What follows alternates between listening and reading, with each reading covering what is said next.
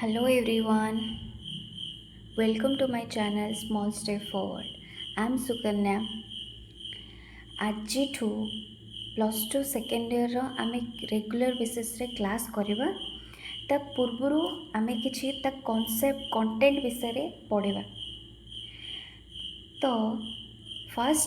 ପ୍ରଥମ ଏକକ ବା ଫାର୍ଷ୍ଟ ୟୁନିଟ୍ରେ ଆମେ ଦେଖିଲେ ଗଣତନ୍ତ୍ର ଓ ଭାରତର ଦଳୀୟ ବ୍ୟବସ୍ଥା। ତାପରେ ଆମର ସେଟା ଆମର ଇଣ୍ଟରନାଲ ଏକ୍ଜାମ୍ 20 ମାର୍କ ଯେଉଁ ହେବ ସେଥିରେ ଆମର ଗଣତନ୍ତ୍ର ଓ ଦଳୀୟ ବ୍ୟବସ୍ଥା ପଡ଼ିବ। ଆମର ଯେଉଁ ଫାଇନାଲ୍ ଏକ୍ଜାମ୍ ହେବ 80 ମାର୍କର ସେଥିରେ ତା'ର ସିଲାବସ୍ ହେଲା ଦ୍ୱିତୀୟ ଏକକର ଭାରତରେ ରାଷ୍ଟ୍ରସଂଘବାଦ, ଭାରତରେ ସ୍ଥାନୀୟ ଶାସନ, ତୃତୀୟ ଏକକରେ ରାଷ୍ଟ୍ର ନିର୍ମାଣ ପ୍ରତି ଆହ୍ୱାନ, ଭାରତୀୟ ରାଜନୀତିରେ ସମସାମୟିକ ପ୍ରସଙ୍ଗ। ତାପରେ ଫୋର୍ଥ ୟୁନିଟ୍ରେ ଆମେ ଦେଖିବା ଭାରତୀୟ ବୈଦେଶିକ ନୀତି, ଆନ୍ତର୍ଜାତୀୟ ସଂଗଠନ। ଫିଫ୍ଥ ୟୁନିଟ୍ ବା ପଞ୍ଚମ ଏକକରେ ଦେଖିବା ସମସାମୟିକ ବିଶ୍ୱରେ ସୁରକ୍ଷାର ପରିବର୍ତ୍ତନଶୀଳ ପରିସର, ପରିବେଶ ଓ ପ୍ରାକୃତିକ ସମ୍ବଳ। ଏଟା ହେଲା ଟୋଟାଲ୍ ସିଲାବସ୍ ତୁମର। ଆମେ ଆଜି ପ୍ରଥମ କ୍ଲାସ୍ ଷ୍ଟାର୍ଟ କରିବା ଫୋର୍ଥ ୟୁନିଟ୍ରୁ। ଆମର ଆଜି ପଢ଼ିବା ଭାରତୀୟ ବୈଦେଶିକ ନୀତି। ତ ତୁମକୁ କିଛି ଭାରତୀୟ ବୈଦେଶିକ ନୀତି କହିବା ପୂର୍ବରୁ ମୁଁ କହିବାକୁ ଚାହୁଁଛି କି ଆମର ବିଶ୍ୱରେ ଯେତିକି ବି ରାଷ୍ଟ୍ର ଅଛି, ସବୁ ରାଷ୍ଟ୍ର ସମସ୍ତଙ୍କ ସହିତ ଅନ୍ୟ ରାଷ୍ଟ୍ରମାନଙ୍କ ସହିତ କିଛି ନା କିଛି ସମ୍ପର୍କରେ ଜଡ଼ିତ। ହୁଏତ ସେଟା ଶତ୍ରୁତା ହେଇପାରେ, ହୁଏତ ସେଟା ମିତ୍ରତା ହେଇପାରେ, ହୁଏତ ସେଟା ନିରପେକ୍ଷ ହେଇପାରେ। କିଛି ନା କିଛି ସମ୍ପର୍କରେ ଜଡ଼ିବାକୁ ପଡ଼ିବ। ଗୋଟେ ରାଷ୍ଟ୍ର ନିଃସଙ୍ଗ ହେଇକି କେବେ ବି ରହିପାରିବ ନାହିଁ, ଅସମ୍ଭବ। ତ ସେଥିପାଇଁ ଫର୍ ଏକ୍ଜାମ୍ପଲ୍ ଆମ ଇଣ୍ଡିଆରେ ଯଦି ନେବା, ଇଣ୍ଡିଆନ୍ ଏକ୍ଜାମ୍ପଲ୍ରେ ଯଦି ନେବା, ତାହେଲେ ଆମେ ଶତ୍ରୁତା ସମ୍ପର୍କ କାହା ସହିତ ରଖିଛେ? ଚାଇନା, ପାକିସ୍ତାନ ସହିତ। ମିତ୍ରତା ସମ୍ପର୍କ ରଷିଆ, USA, ଫ୍ରାନ୍ସ, ଜର୍ମାନୀ ଏମାନଙ୍କ ସହିତ ଆମର ଭଲ ସମ୍ପର୍କ ବା ବନ୍ଧୁତ୍ୱପୂର୍ଣ୍ଣ ସମ୍ପର୍କ ଆମେ ଦେଖୁଛନ୍ତି। ସେହିପରି ଆମର ଯେଉଁ ନିରପେକ୍ଷ ସମ୍ପର୍କ, ନିରପେକ୍ଷର ଅର୍ଥ କ'ଣ? ନା ଶତ୍ରୁତା ନା ମିତ୍ରତା, ନ୍ୟୁଟ୍ରାଲ୍ ସମ୍ପର୍କ ଆମେ ମଧ୍ୟ ବହୁତ ଦେଶ ପାଖରୁ ଆମେ ରଖିଛେ। ତ ଆଜି ଆମେ ପଢ଼ିବା ଭାରତୀୟ ବୈଦେଶିକ ନୀତି। ଭାରତୀୟ ବୈଦେଶିକ ନୀତି ପୂର୍ବରୁ ଆମ ମାଇଣ୍ଡରେ ଗୋଟେ କ୍ୱେଶ୍ଚନ୍ ଆସେ, ଫାର୍ଷ୍ଟ ବୈଦେଶିକ ନୀତି କ'ଣ ବା what is the meaning of foreign policy. ତ ପଏଣ୍ଟ ୱାଇଜ୍ ତୁମେ ପଢ଼ିକି ଯିବ। ତ ବୈଦେଶିକ ନୀତି ହେଉଛି ଏକ ରାଷ୍ଟ୍ର ନିଜର ଜାତୀୟ ସ୍ୱାର୍ଥର ସୁରକ୍ଷା, ଅର୍ଥନୈତିକ ବିକାଶ ଏବଂ ଆନ୍ତର୍ଜାତୀୟ ସହଯୋଗକୁ ସୁନିଶ୍ଚିତ କରିବା ପାଇଁ ଅନ୍ୟ ରାଷ୍ଟ୍ର ଓ ଆନ୍ତର୍ଜାତୀୟ ସଂଗଠନ ସହ ଯେଉଁ ନୀତି, ନିଷ୍ପତ୍ତି ଓ କାର୍ଯ୍ୟ ପଦ୍ଧତି ଅନୁସରଣ କରେ ତାହାକୁ ବୈଦେଶିକ ନୀତି କୁହାଯାଏ। ବୈଦେଶିକ ନୀତିର ମୌଳିକ ଲକ୍ଷ୍ୟ ବା ଉଦ୍ଦେଶ୍ୟ ହେଉଛି ଜାତୀୟ ସ୍ୱାର୍ଥର ସୁରକ୍ଷା ଓ ପ୍ରୋତ୍ସାହିତ କରିବା। ତାହେଲେ ବୈଦେଶିକ ନୀତି ଆମେ କ'ଣ ବୁଝିଲେ? ନା ଗୋଟିଏ ରାଷ୍ଟ୍ର ଅନ୍ୟ ରାଷ୍ଟ୍ର ପ୍ରତି ତା'ର ନିଜର ଜାତୀୟ ସ୍ୱାର୍ଥକୁ ସୁରକ୍ଷା କରିବା ପାଇଁ ଯେଉଁ ନୀତି ବା ନିଷ୍ପତ୍ତି ବା କାର୍ଯ୍ୟ ପଦ୍ଧତି ଅନୁସରଣ କରେ ତାହାକୁ ବୈଦେଶିକ ନୀତି କୁହାଯାଏ। ତ ବୈଦେଶିକ ନୀତି ସିମ୍ପଲି କହିଲେ ଆମେ ଏଇଆ ବୁଝୁ କି ଜାତୀୟ ସ୍ୱାର୍ଥର ସୁରକ୍ଷାକୁ ନେଇକି ଯେଉଁ ନୀତି ତିଆରି ହୁଏ ତାହାକୁ ବୈଦେଶିକ ନୀତି ଆମେ କହିବା। ତ ଆମେ ଜାଣିଛନ୍ତି କି ପ୍ରତ୍ୟେକ ରାଷ୍ଟ୍ରର କିଛି ନା କିଛି ଜାତୀୟ ସ୍ୱାର୍ଥ ଅଛି। ଯେମିତିକି ତୁମେ ଯଦି ଇଣ୍ଡିଆକୁ ଆଖି ଆଗରେ ରଖିବ, ଇଣ୍ଡିଆକୁ ଏକ୍ଜାମ୍ପଲ୍ ଯଦି ନେବ, ତାହେଲେ ଇଣ୍ଡିଆର ସ୍ୱାର୍ଥ ଅଲଗା ଦେଶ ପ୍ରତି କ'ଣ? ଯେମିତିକି ଆମର ଅଏଲ୍ ପ୍ରଡକ୍ସନ୍ ଆମର ବହୁତ କମ୍, ପ୍ରାକୃତିକ ତୈଳ ଆମ ଭାରତରେ ବହୁତ କମ୍ ପ୍ରଡକ୍ସନ୍ ହେଉଛି, ଉତ୍ପାଦନ କମ୍ ହେଉଛି। ତାହେଲେ ଆମେ କାହା ଉପରେ ଡିପେଣ୍ଡେଣ୍ଟ ହେବେ? ଆମେ Iran, Iraq, Saudi Arabia, women, Kuwait ଉପରେ ଆମେ ଡିପେଣ୍ଡେଣ୍ଟ। ତାଙ୍କ ପାଖରୁ ଆମେ ଅଏଲ୍ ଆଣିଲେ, ତାହେଲେ ଆମ ଜୀବନଚର୍ଯ୍ୟାଟା ସୁରୁଖୁରୁରେ ବା ଇଜିଲି ଆମେ କରିପାରିବେ।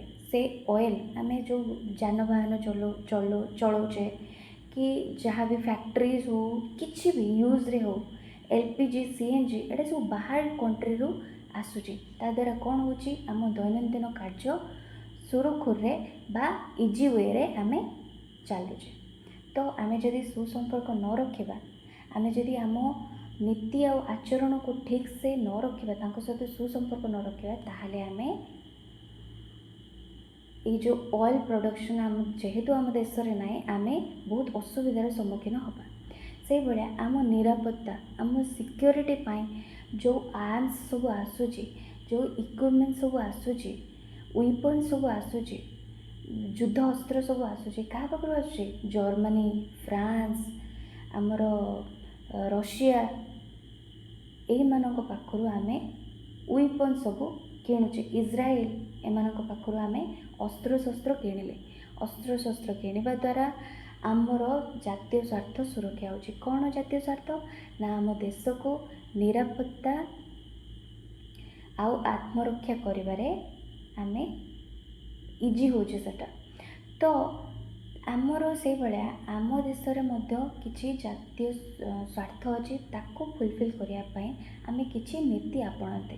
ସେଇଭଳିଆ ଅଲଗା ଅନ୍ୟ ଯେଉଁ ରାଷ୍ଟ୍ର ଅଛନ୍ତି, ସେମାନେ ମଧ୍ୟ ତାଙ୍କ ଦେଶକୁ ନେଇକି, ତାଙ୍କ ଦେଶକୁ ଅନୁପ୍ରାଣିତ ହେଇକି ସେ ବି କିଛି ନୀତି ତାଙ୍କର ଜାତୀୟ ସ୍ୱାର୍ଥରେ ଥାଏ। ତ ସେଇ ଅନୁସାରେ ତାଙ୍କ ବୈଦେଶିକ ନୀତି ଅଲଗା। ତ ଆମେ ଦେଖିଲେ ସବୁ ରାଷ୍ଟ୍ରର ବୈଦେଶିକ ନୀତି ଡିଫରେଣ୍ଟ। କ'ଣ ପାଇଁ ଡିଫରେଣ୍ଟ? ନା ଆମର ଯେତେବେଳେ ଆମେ ବୈଦେଶିକ ନୀତି ନିର୍ଦ୍ଧାରଣ କରନ୍ତି, ନା ବୈଦେଶିକ ନୀତି କ'ଣ ରହିବ, ଆମେ ଯେତେବେଳେ ତିଆରି କରନ୍ତି, ତା'ର ବହୁ ଜିନିଷ, ବହୁତ ଫ୍ୟାକ୍ଟରକୁ ଆମେ ଦେଖିବାକୁ ପାଆନ୍ତି। ଯେମିତିକି ରାଷ୍ଟ୍ରର ଆକାର କେମିତି, ତା'ର ଭୌଗୋଳିକ ସ୍ଥିତି କେମିତି, ତା'ର ଇତିହାସ ଆଉ ସଂସ୍କୃତି କେମିତି, ଅର୍ଥନୈତିକ ବିକାଶରେ ସେ କେଉଁ ଭଳିଆ, ଡେଭଲପ୍ଡ କଣ୍ଟ୍ରି ନା ଡେଭଲପିଂ କଣ୍ଟ୍ରି ନା ଅଣ୍ଡର ଡେଭଲପ୍ଡ କଣ୍ଟ୍ରି, ତାଙ୍କର ବିଜ୍ଞାନ ଓ ବୈଷୟିକ କୌଶଳ କେତେ। ଯେମିତିକି ଆମେରିକାରେ ଅଧିକା ଟେକ୍ନୋଲୋଜି ବେସ୍ଡ କଣ୍ଟ୍ରି, ସେ ଆମର ଲିଷ୍ଟ ଟେକ୍ନୋଲୋଜି କଣ୍ଟ୍ରି। ତ ଆମର ନୀତି ସେ ଅନୁସାରେ ବେସ୍ଡ ରହିବ। ତ ସାମାଜିକ ଆମର ଢାଞ୍ଚା କେମିତି, ଆମ ସାମାଜିକ ଢାଞ୍ଚା ଅଲଗା, ଆମେରିକାର ସାମାଜିକ ଢାଞ୍ଚା ଅଲଗା, ରଷିଆର ସାମାଜିକ ଢାଞ୍ଚା ଅଲଗା, ଚାଇନାର ସାମାଜିକ ଢାଞ୍ଚା ଅଲଗା। ତ ସେଇ ସାମାଜିକ ଢାଞ୍ଚାକୁ ନେଇକି ତାଙ୍କର ବୈଦେଶିକ ନୀତିକୁ ସେ କରନ୍ତି। ସେଭଳିଆ ରାଜନୈତିକ ବ୍ୟବସ୍ଥା, ଚାପ ଗୋଷ୍ଠୀ, ବ୍ୟବସ୍ଥାପିକା କାର୍ଯ୍ୟପାଳିକା, ଗଣମାଧ୍ୟମ ଭୂମିକା, ଜଗତୀକରଣ, ଏଇଗୁଡ଼ା ସବୁ ପଏଣ୍ଟ ହେଉଛି ତା'ର ଫ୍ୟାକ୍ଟର। ଏଇ ଫ୍ୟାକ୍ଟରକୁ ନେଇକି ସେମାନେ ତାଙ୍କର ବୈଦେଶିକ ନୀତି ନିର୍ଦ୍ଧାରଣ କରିଥାନ୍ତି। ତା ପୂର୍ବରୁ ଆମେ ଦେଖିବା କି ଆମର ଯେଉଁ ବୈଦେଶିକ ନୀତିର ମୌଳିକ ଲକ୍ଷ୍ୟ ବା ଉଦ୍ଦେଶ୍ୟ ଆମେ କ'ଣ ଦେଖିଲେ, ନା ଜାତୀୟ ସ୍ୱାର୍ଥ। ସେ ଜାତୀୟ ସ୍ୱାର୍ଥ ଗୁଡ଼ିକ କ'ଣ ଆମେ ଗୋଟେ ପଏଣ୍ଟ ୱାଇଜ୍ ଡିସ୍କସନ୍ କରିବା। ନା ରାଷ୍ଟ୍ରର ସାର୍ବଭୌମତ୍ୱର ଅର୍ଥ ହେଉଛି ସର୍ବୋଚ୍ଚ କ୍ଷମତା। ଗୋଟିଏ ରାଷ୍ଟ୍ରର ସର୍ବୋଚ୍ଚ କ୍ଷମତା କାହା ହାତରେ ନ୍ୟସ୍ତ ଥାଏ, ନା ସମ୍ବିଧାନ ପାଖରେ। ସେ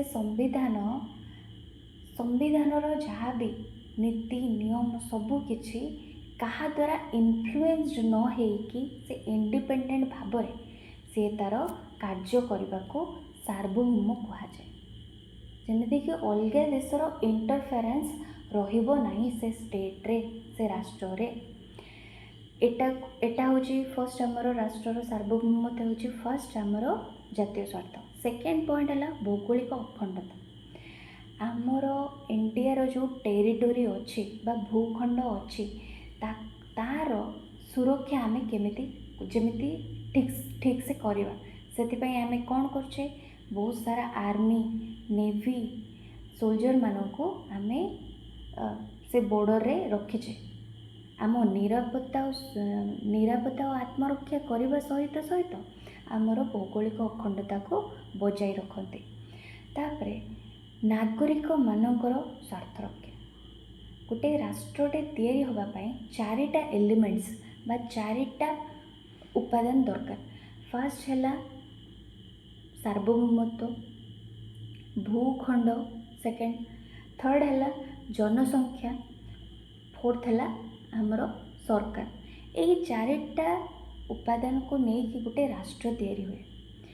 तो यहाँ जेहेतु राष्ट्र गोटे मेजर एलिमेंट्स होची कौन ना जनसंख्या बा पॉपुलेशन। तो ये जो पॉपुलेशन रो स्वार्थ रक्षा मध्य गोटे राष्ट्रर जातीय स्वार्थ। सी जमेती फ्रीली ताको किसी फ्रीडम आउ किसी लिबर्टी दि जाव से फ्रीली जमेती ए देश रे सुरक्षित भाव में सी रहीपर। से आमर भारतीय संविधान रे भाग 3 रे आमर 6 गोटी मौलिक स्वाधीनता समस्त नागरिक मानक दि जाइए निजर स्वार्थ रक्षा को आखि आगे रखिकी। तापर 5th पॉइंट रे राजनैतिक अर्थनैतिक सांस्कृतिक स्वार्थ रक्षा मध्य गोटे राष्ट्रर जातीय स्वार्थ। तापर 6th पॉइंट रे क्षमता और प्रभाव वृद्धि। क्षमता और प्रभाव वृद्धि रे कौन देखिले ना गोटे राष्ट्रर तार पावर आउ तार क्षमता को बढ़ाइबा पाई मध्य गोटे राष्ट्र सदा सर्वदा प्रयास करे केमिति आंतर्जातीय स्तर रे से गोटे प्रभावशाली राष्ट्र भाव में बा क्षमताशाली राष्ट्र भाव में परिचित हम। तो आई थिंक तुम्हें वैदेशिक नीतिर ओवरऑल कॉन्सेप्ट तुम्हें बुझी पारिल। तापरे जीवा भारतीय वैदेशिक नीति कहले कौन बुझ। भारतीय वैदेशिक नीति कौन ना भारत अन्य देश मानक सह किपरि संपर्क स्थापन करिब, सहयोग करिब एवं निजर जातीय स्वार्थ को सुरक्षित करिब सेथिपाई ग्रहण करुथिबा नीति और कार्य पद्धति को भारतीय वैदेशिक नीति कहा जाए। वैदेशिक नीति रे कौन देखिले ना आंतर्जातीय संपर्क को परिचालना करुथिबा गोटे देशर नीति को आमे वैदेशिक नीति देखिले। ना गोटे देश तार निज स्वार्थ रक्षा को हासिल करने पाई जो नीति नियम आपणे थाए ताहाकू वैदेशिक नीति कहा जाए। सेही परि भाबरे भारत अन्य देश मानक सहित किपरि संपर्क स्थापन करिवो, किपरि सहयोग लाभ करिवो, केमिति तार जातीय स्वार्थर सुरक्षित करिवो सेही सबु एलिमेंट्स को ग्रहण करिबा पाई जो नीति और कार्य पद्धति अवलंबन करे ताहाको वैदेशिक भारतीय वैदेशिक नीति कहा जाए। बुझिपाल। तो नेक्स्ट यार प्रमुख उद्देश्य होची जातीय सुरक्षा, अर्थनैतिक विकास, विश्व शांति, आंतर्जातीय सहयोग, भारतर जातीय स्वार्थर सुरक्षा। पॉइंट वाइज पढ़ा। जातीय सुरक्षा गोटे राष्ट्रर जातीय सुरक्षा अच्छी।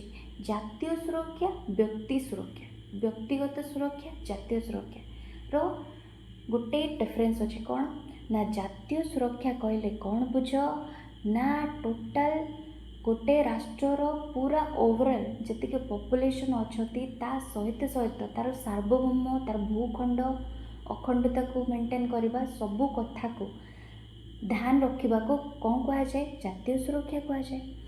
व्यक्तिगत सुरक्षा कहले कौन बुझ ना गोटे व्यक्तिर निजस्व सुरक्षा बा निजस्व स्वार्थ को हासिल करने को गोटे व्यक्तिर व्यक्ति स्वार्थ बोली कह जाए। तो से जगह जातीय स्वार्थ गोटे वास्ट कॉन्सेप्ट हैला बेले व्यक्ति स्वार्थ गोटे नैरो कॉन्सेप्ट बा निजर किछि इच्छा को हासिल करने किछि स्वार्थ को हासिल करने जहाँ नीति नियम नियंती सेटा है व्यक्ति निजे नहीं।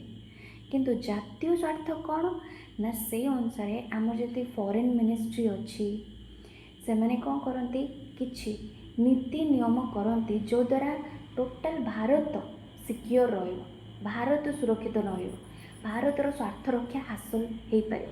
ସେଇଟା ହେଉଛି ଜାତୀୟ ସୁରକ୍ଷା। ସବୁ ରାଷ୍ଟ୍ର ଜାତୀୟ ସୁରକ୍ଷାକୁ ପ୍ରୋତ୍ସାହନ ଦିଅନ୍ତି। ତାପରେ ଅର୍ଥନୈତିକ ବିକାଶ। ଆମର ଅର୍ଥନୀତି, ଆମର ବୈଦେଶିକ ନୀତିଟା ଏମିତି ହେବା ଦରକାର ଯେଉଁଦ୍ୱାରା ଆମର ଅର୍ଥନୀତି ଏବେ ଯେତିକି ଅଛି, ଏଇ ନୀତିକୁ ଆପଣେଇବା ପରେ ଆମର ଅର୍ଥନୀତି ବହୁତ ସୁଦୃଢ଼ ହୋଇଯିବ ଆଉ ବହୁତ ବିକାଶ ସ୍ତରରେ ପହଞ୍ଚିବ। ଆମେ ସେମିତିଆ ନୀତିକୁ ଆପଣେଇବା ଦରକାର। ତାପରେ ଥାର୍ଡ଼ ପଏଣ୍ଟ ହେଉଛି ବିଶ୍ୱ ଶାନ୍ତି। ଇଣ୍ଡିଆ ସବୁବେଳେ ଗାନ୍ଧୀଙ୍କ ଆଚରଣରେ ଅନୁପ୍ରାଣିତ, ଯେମିତିକି ନନ୍ ଭାଓଲେନ୍ସ। ସେଇଭଳିଆ ଆମର ଇଣ୍ଡିଆ ଇଣ୍ଡିପେଣ୍ଡେନ୍ସ ପାଖରୁ ତା'ର ଗୋଟେ ବିଶ୍ୱ ଶାନ୍ତି ଆଉ ନିରସ୍ତ୍ରୀକରଣ ଉପରେ ସେ ମୋଷ୍ଟଲି ଏମ୍ଫାସାଇଜ୍ ଦେଇକି ଆସିଛି। ସେ ସବୁବେଳେ କୋଅପରେସନ୍, ସହଯୋଗ, ବିଶ୍ୱ ଶାନ୍ତି, ଇଣ୍ଟରନ୍ୟାସନାଲ୍ ପିସ୍ ଉପରେ ଅଧିକା ଗୁରୁତ୍ୱ ଦେଇକି ଆସିଛି। ଆମକୁ ସେଇଥିପାଇଁ କ'ଣ କୁହାଯାଏ, India is a piece loving country. ତାପରେ ଆସିବା ଆନ୍ତର୍ଜାତୀୟ ସହଯୋଗ। ଆନ୍ତର୍ଜାତୀୟ ସହଯୋଗ କ'ଣ ନା, ଆନ୍ତର୍ଜାତୀୟ ସ୍ତରରେ ବହୁତ ଅର୍ଗାନାଇଜେସନ୍ ଅଛି, ଯେମିତିକି ମିଳିତ ଜାତିସଂଘ। ସେଇଟା ଗୋଟେ ଆନ୍ତର୍ଜାତୀୟ ଅର୍ଗାନାଇଜେସନ୍, ଆନ୍ତର୍ଜାତୀୟ ସଂଗଠନ। ତ ଆମର ବୈଦେଶିକ ନୀତି ଏମିତି ହେବା ଦରକାର ଯେମିତି ଆମେ ଆନ୍ତର୍ଜାତୀୟ ସ୍ତରରେ ଆମେ ସହଯୋଗ ବା କୋଅପରେସନ୍ ଆମେ ପାଇପାରିବା। ଏବଂ ଭାରତର ଜାତୀୟ ସ୍ୱାର୍ଥର ସୁରକ୍ଷା। ଏତିକି ହେଉଛି ମେନ୍ ପଏଣ୍ଟ ଭାରତୀୟ ବୈଦେଶିକ ନୀତି। ତାପରେ ଆମର ଯେଉଁ ଭାରତୀୟ ବୈଦେଶିକ ନୀତି ଗୁଡ଼ିକ ମଧ୍ୟ ସମ୍ବିଧାନର 4th ଭାଗ ଧାରା 51ରେ ମଧ୍ୟ ଉଲ୍ଲେଖ ଯୋଗ୍ୟ। ତ ଆଇ ଥିଙ୍କ ତମେ କିଛିଟା ବୁଝିପାରିଥିବ ବୈଦେଶିକ ନୀତି କ'ଣ, ଭାରତୀୟ ବୈଦେଶିକ ନୀତି କ'ଣ।